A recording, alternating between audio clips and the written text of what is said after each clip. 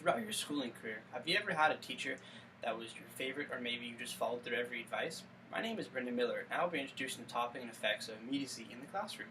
Teacher nonverbal immediacy allows face-threat mitigation to build a strong relationship with the students while increasing their motivation to learn. Throughout this presentation, I will talk about the effects of face-threat mitigation with and without teacher nonverbal immediacy. I will also talk about Kluger and Donassi's feedback intervention theory. For this presentation, I chose to focus on the peer-reviewed article, Instructional Feedback 2.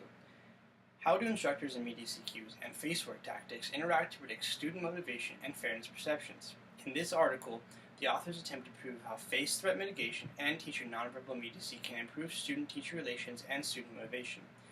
Throughout this presentation, you will need to know the meaning of face-threat mitigation. When a teacher is giving criticism to a student, the student will become defensive. The teacher is engaging in face-threat. High levels of face-threat mitigation will involve giving advice after the criticism is given. The second concept you need to understand is teacher nonverbal immediacy.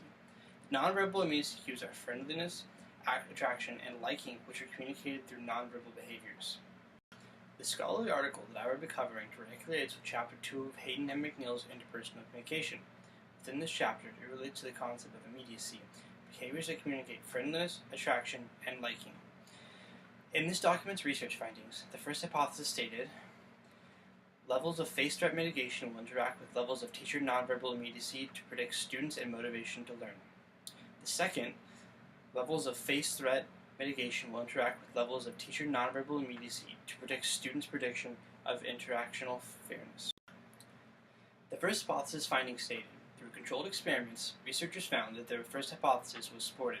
The results yielded that various levels of teacher nonverbal immediacy and face-threat mitigation can predict the student's state of motivation. Higher amounts of motivation were recorded when higher amounts of face-threat mitigation were in place. However, this correlation only existed when teacher nonverbal immediacy was present. The second hypothesis findings were, unlike hypothesis 1, hypothesis 2 was not supported.